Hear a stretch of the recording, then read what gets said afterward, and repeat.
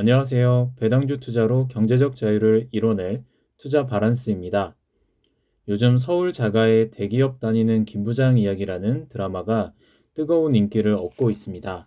기성세대의 자화상을 일부 보여주는 모습과 직장인들의 공감을 이끌어내면서 재미와 감동을 주는 것 같습니다. 저도 한 명의 직장인으로서 김 부장의 이야기를 보고 듣다 보면 과연 나의 미래는 어떨까라는 생각이 문득 들고는 했습니다. 가장 먼저 김 부장처럼 25년 이상 회사를 다닐 수 있을까?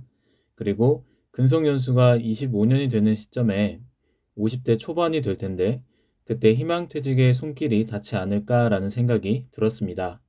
서울 자가의 대기업 다니는 김 부장과는 조금은 다르지만 지방 자가의 대기업 다니는 바란스의 이야기를 들려드릴까 합니다. 제가 김 부장과 같은 점은 딱 하나 있습니다. 바로 대기업에 근무를 한다는 점입니다. 운이 좋게 취업을 준비한 6개월 만에 빠르게 취업을 성공했습니다. 김 부장이 한 회사에서 25년을 다닌 것처럼 저도 지금 다니고 있는 회사에서 10년이 넘는 기간을 일하고 있습니다. 김 부장이 모시던 상사가 임원이 되고 본인은 팀장이 되었고 저와 함께 일하는 선배들은 팀장이 되고 보직자가 되었습니다. 저는 과장으로 진급하면서 관리자 역할도 일부 수행하게 되었습니다. 치열하게 살아가면서 김 부장처럼 팀장이 될지 팀원으로 남을지는 모르겠습니다. 김 부장이 퇴직을 하게 되는 25년 차까지 저는 15년이 남아 있습니다. 이 15년이라는 기간 동안 월급이라는 씨드를 잘 굴려서 안정적으로 퇴직을 할 수 있도록 계획을 세워보려고 합니다. 김 부장은 결국 서울 자가를 마련했습니다. 월세방을 살기도 하고 전세를 살기도 하면서 결국 서울 아파트를 매매하게 됩니다. 그 과정에서 주식 투자나 다른 부동산 투자를 하는 게 아닌 예적금만으로 돈을 모아서 서울 아파트를 매수했습니다. 대기업 월급에서 생활비를 쓰고 자녀 교육에 투자를 하고 다른 직원들의 소비를 보면서 열등감을 느끼며 불필요한 소비를 하다 보니 내 집 마련에 25년이 걸린 겁니다.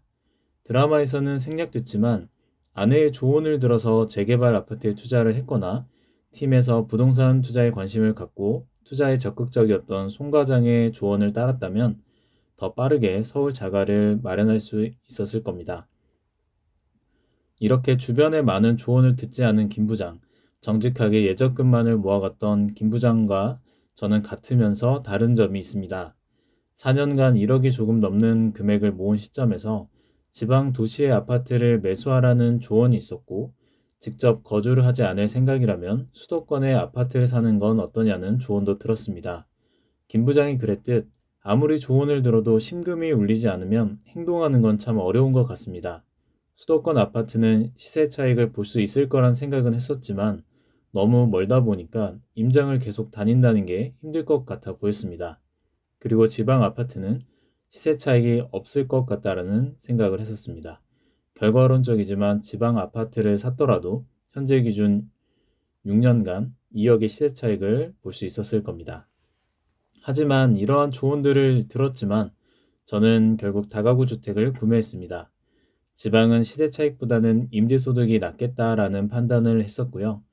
다가구 주택이다 보니 12가구를 관리한다는 점이 쉽지는 않았지만 그만큼 수익금이나 수익률은 좋았기 때문에 크게 후회를 하고 있지는 않습니다.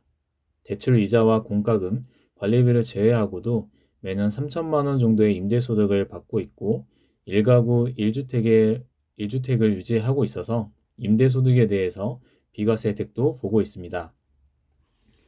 다가구 주택 투자를 하면서 시드머니를 더 모아가고 기숙사 생활을 하던 중 결혼을 하게 되었습니다. 저희 부부의 신혼집은 25년 이상 된 구축 아파트입니다. 아내가 결혼 전에 자취를 하면서 25평 아파트를 구매를 했었고 웬만한 살림살이는 다 갖추고 있어서 로봇 청소기와 건조기만 들여서 신혼을 시작하게 되었습니다. 지방 도시의 구축 아파트이다 보니 1억 초반의 가격으로 시작할 수 있다는 메리트가 있었습니다. 집에 큰돈을 쓰지 않고 시작했기 때문에 결혼 후에 모아지는 돈들은 대학 상권의 작은 상가 하나를 매입했고 거기에서 안정적으로 매월 70만 원씩 월세를 받고 있습니다. 김 부장은 서울 자가를 마련하기까지 별다른 투자를 하지 않았고 퇴직을 하고 나서야 초조함에 큰 실수를 하게 됩니다. 신도시 상가를 시세보다 비싼 금액에 매수를 합니다. 퇴직금 5억을 다 쏟아붓고 대출 5억 5천만 원까지 쓰게 됩니다. 그렇지만 이 상가는 시세가 5억도 되지 않았고 임차인을 구하는데도 어려움을 겪게 됩니다. 당장 수입이 없어지고 모아둔 돈도 사라지다 보니 대기업 출신의 자존심을 버리고 세차장 일을 하게 됩니다. 김 부장처럼 퇴직 후에 겪어보지 않은 투자를 하지 않으려고 저는 생각하고 있습니다. 지금까지 월세를 받는 부동산 투자를 해왔습니다. 다가구 주택과 상가를 사서 운영해 보고 있고요. 이게 최고의 선택은 아닐지라도 좋은 경험을 하고 있다고 저는 생각을 합니다. 상가 투자를 끝으로 저는 이제 부동산 투자는 멈추려고 합니다. 이제는 주식에 관심을 갖고 있습니다. 연금 계좌에서는 S&P 500을 모아가면서 만 55세 이후에 든든한 시드머니를 만들고 있습니다. 일반 계좌는 SCHD를 모아서 월세를 받는 것처럼 따박따박 들어오는 배당금을 키워나가고 있습니다. 부동산 투자를 하면서 월세를 받는 재미를 느끼고 있기 때문에 자연스럽게 배당주 투자가 더 매력있게 다가왔습니다. 김 부장은 서울 자가에 올인을 했지만 바란스는 지방 자가를 저렴하게 사고 나머지 돈을 임대소득과 배당소득을 키워나가는 데 집중하고 있습니다. 같은 대기업을 다니고 있지만 다른 방향으로 살아가는 두 사람의 이야기를 말씀드렸습니다. 어떤 게 맞는지는 중요하지 않는 것 같습니다. 내가 맞다고 생각하는 선택을 하고 포모를 느끼지 않는 것이 중요하다고 생각합니다. 어떤 유튜브 영상에서 이런 내용을 들었습니다. 잠실에 아파트를 하고 있는 어떤 사람이 반포 아파트로 점프를 할 수 있었을 때 못 갔던 것을 후회하고 있다는 내용이었습니다. 잠실 아파트도 많이 올랐고 보유하고 있다는 것 자체로 큰 자산가가 맞는데 자기가 고민을 했던 매물을 사지 않았던 것에 대해서 후회를 하고 마음 아파한다는 건 사람이라면 누구나 똑같은 것 같습니다. 하지만 이렇게 모든 것에 포모를 느끼게 되면 끝이 없습니다. 5억을 벌든 10억을 벌든 결국 내 위에 있는 자산가가 보일 테니까요. 저는 5년 후에 단독주택을 짓고 살려고 합니다. 황금성도 떨어지고 시세 차익도 못 보고 임대소득도 못 받겠죠. 하지만 집을 투자용으로 접근하지 않고 내가 살기에 좋은 환경으로 이용하려고 합니다. 노후 준비는 보유하고 있는 부동산과 주식으로 충분할 거라고 생각을 하고 있습니다. 부자는 못 되겠지만 중산층은 유지할 수 있지 않을까요? 아마도 집을 짓고 난 이후에는 일반 계좌에서 저와 아내 각각 1년 배당금 2천만 원씩 받을 때까지 배당주를 모아갈 생각입니다. 금융종합과세 대상자가 되지 않는 선에서 배당금을 받아보려고 합니다. 그리고 퇴직을 하게 되면 비상금으로 5천만 원을 파킹 통장에 넣어두고 나머지 금액은 모두 배당주에 투자를 하려고 합니다.